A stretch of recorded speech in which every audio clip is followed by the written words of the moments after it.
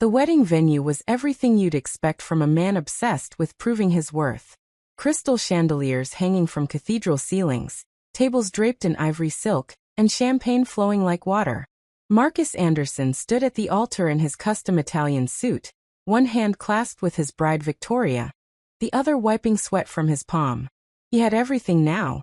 The business, the mansion, the woman who looked perfect on his arm. But there was one more thing he needed.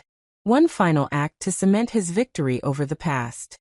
He'd sent the invitation 3 weeks ago. To a woman he once promised forever. The woman he'd thrown away like yesterday's newspaper. He wanted her to see what she'd lost. He wanted her to sit in that crowd and watch him marry someone better. Someone worthy of the life he'd built.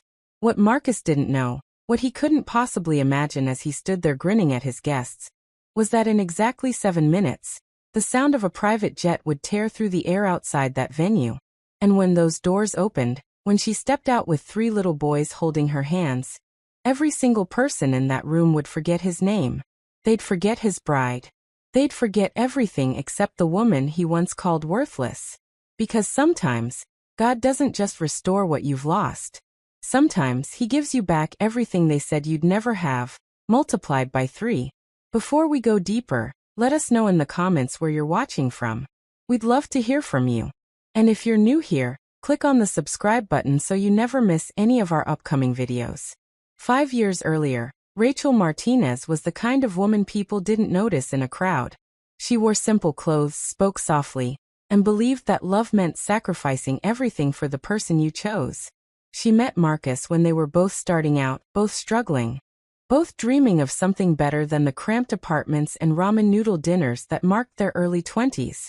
He was working as a junior sales associate at a tech startup, coming home exhausted every night, talking about the big break that would change everything.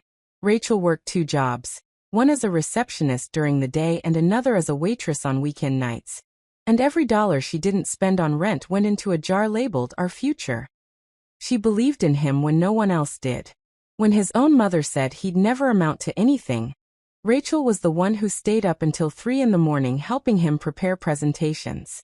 When he needed $5,000 to invest in a business opportunity that could have been his ticket out, Rachel sold the only valuable thing she owned, a necklace her grandmother had left her, without telling him where the money came from. She just smiled and said she'd been saving. That's what love looked like to Rachel.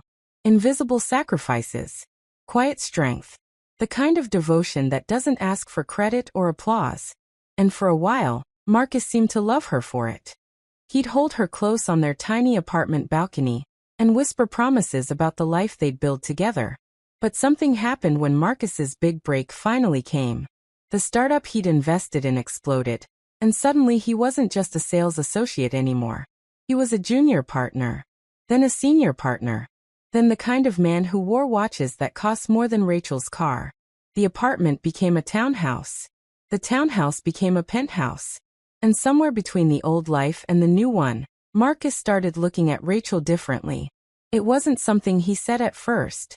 It was in the way he'd flinch when she showed up to his company events in dresses from outlet stores. It was in the way he'd introduce her to his new colleagues with a tight smile that didn't reach his eyes. The way he'd steer conversations away from how they met. His mother, who'd once dismissed him as a failure, suddenly reappeared in his life, dressed in designer clothes and offering opinions about everything from his investments to his choice of wife. And she made no secret of what she thought about Rachel. Too simple. Too plain. Too poor. Not the kind of woman a man of Marcus's stature should be seen with. Marcus started coming home later. Started missing dinners. Started talking less about we and more about I. Rachel told herself it was just stress, just the pressure of his growing success. She convinced herself that if she loved him harder, supported him more, he'd remember why they started this journey together.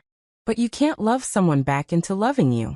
And one cold February evening, Marcus came home, poured himself a drink, and said the words that shattered Rachel's world. "I need you to understand something," he said, not even looking at her.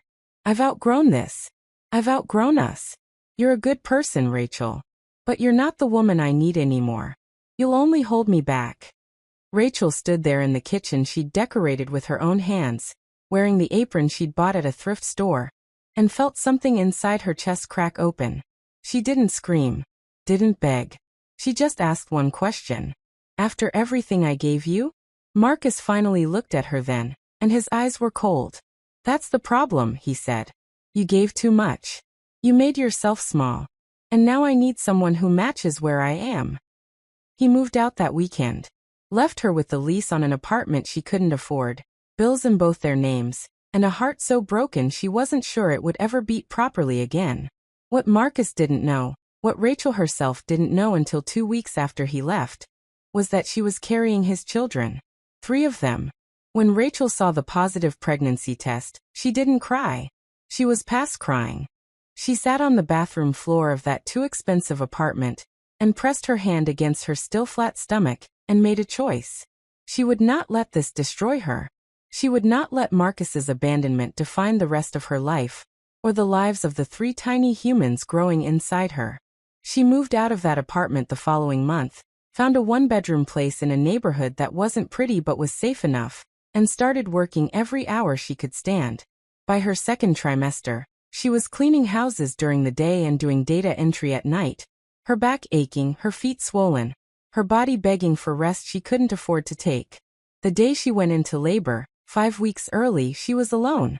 She took an Uber to the hospital because she couldn't afford an ambulance, and she held her own hand through every contraction because there was no one else to hold.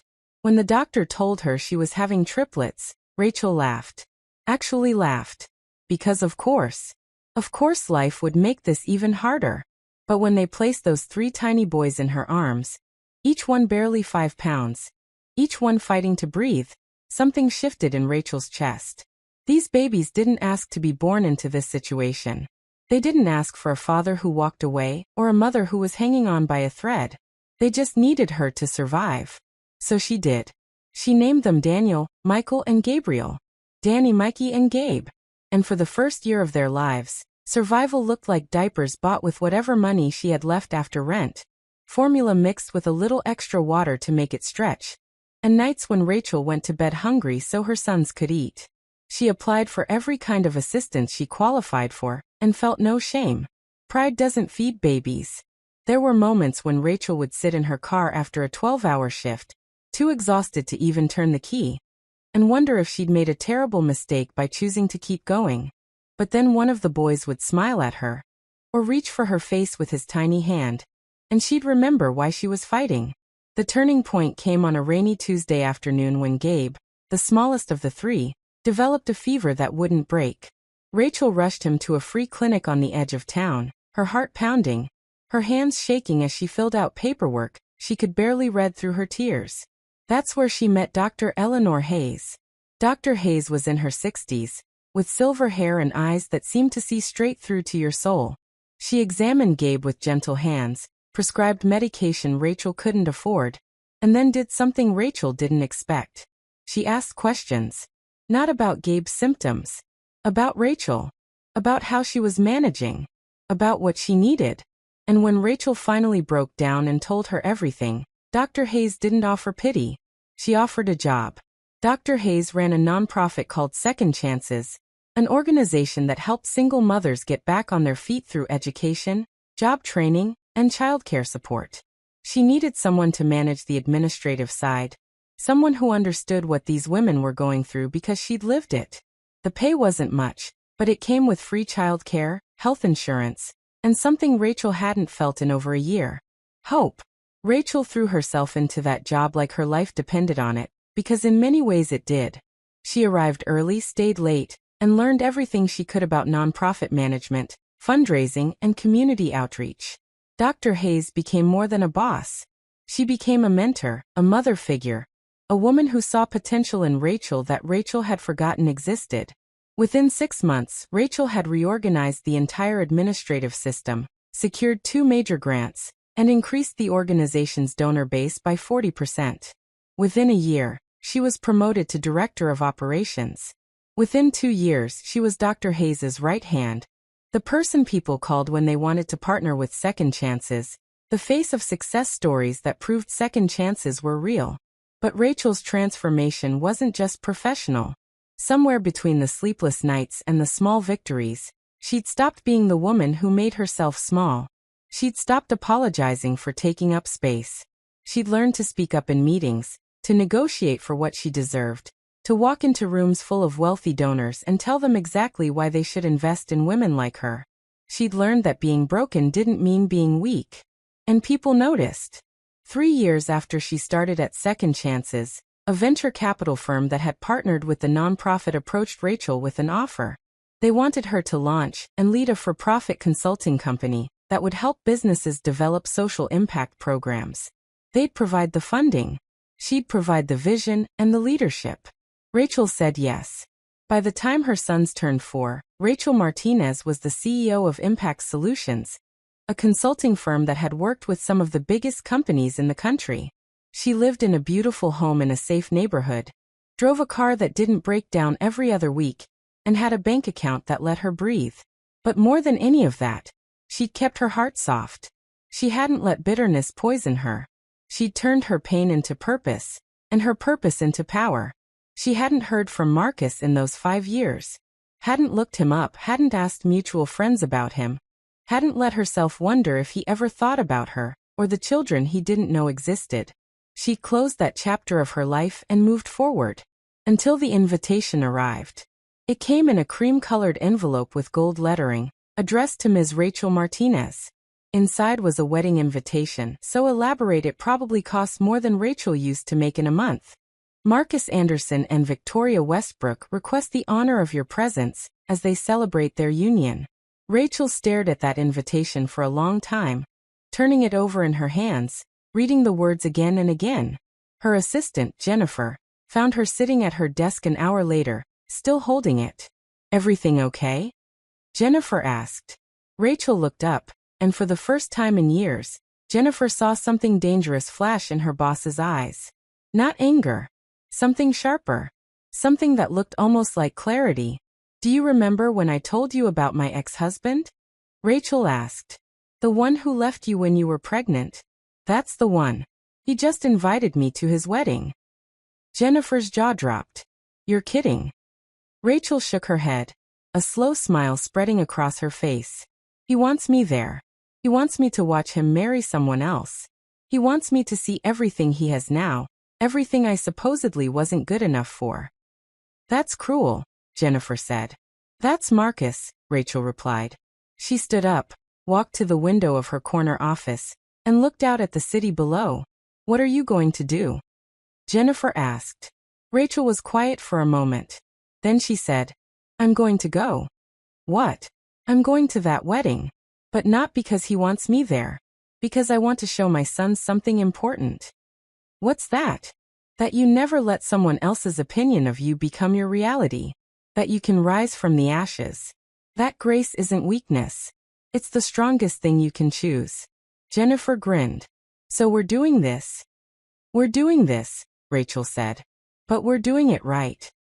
The day of Marcus's wedding arrived with perfect weather, the kind of crystalline autumn afternoon that makes everything look like a movie. Rachel dressed carefully, not in anything flashy or obviously expensive, but in a simple, elegant navy dress that whispered class rather than shouted it. Her hair was styled, her makeup subtle, her jewelry minimal. She looked like exactly what she was, a woman who had nothing to prove. The boys wore matching gray suits, their hair combed, their little faces serious as Rachel explained where they were going. "Are we going to meet our daddy?" Danny asked. Rachel's heart clenched, but her voice stayed steady. "We're going to a wedding, baby. That's all." "Why?" Mikey asked. "Because sometimes we do hard things to show ourselves how strong we've become," Rachel said. She didn't tell them that she'd arranged for a car service. She didn't tell them that the car service wasn't just a car. It was a private jet, chartered for the occasion, because if she was going to do this, she was going to do it in a way that made a statement without saying a word. When they arrived at the venue, the jet touched down on a private airstrip just visible from the wedding location. Rachel had timed it perfectly. The ceremony was about to begin, and she could see guests moving toward the entrance, could hear music starting to play. She took her son's hands, one on each side, with Gabe holding tight to Danny's other hand, and they walked toward the venue. The sound came first. The low roar of the jet, impossible to ignore, cutting through the string quartet and the polite murmur of conversation. People turned, started pointing, moved toward the windows. And then they saw her. Rachel Martinez, walking across the grounds like she owned them, her head high, her 3 beautiful boys at her side, the jet gleaming behind her in the afternoon sun. The whispers started immediately, rippling through the crowd like electricity. Who is that? Is that his ex-wife?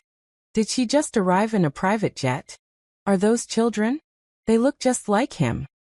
Inside the venue, Marcus heard the commotion and felt his stomach drop. He looked at Victoria, who was staring out the window with her mouth open, and he knew. Before he even turned around, he knew. Rachel walked through those doors like she'd been invited to a gala. Not a wedding designed to humiliate her. She didn't rush. Didn't hesitate. Just moved through that crowd with quiet confidence, nodding politely at people who stared, smiling at the ones who had the decency to smile back. Marcus couldn't move, couldn't breathe, couldn't process what he was seeing. This wasn't the Rachel he remembered.